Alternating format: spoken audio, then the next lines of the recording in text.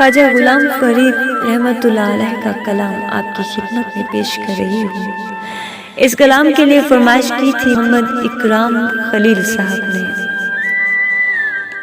हर वेले तांगा यार दिया ते मैं बैठी काग उडारा, फाना पावा कदी कासिद भेजा, मैं ता थी गई हाल बीमारा।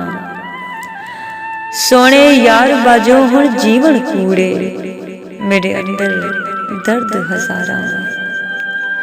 यार फरीद हुण मैं इवें रोवां, जिवें विछड़ी कूंज कतारा।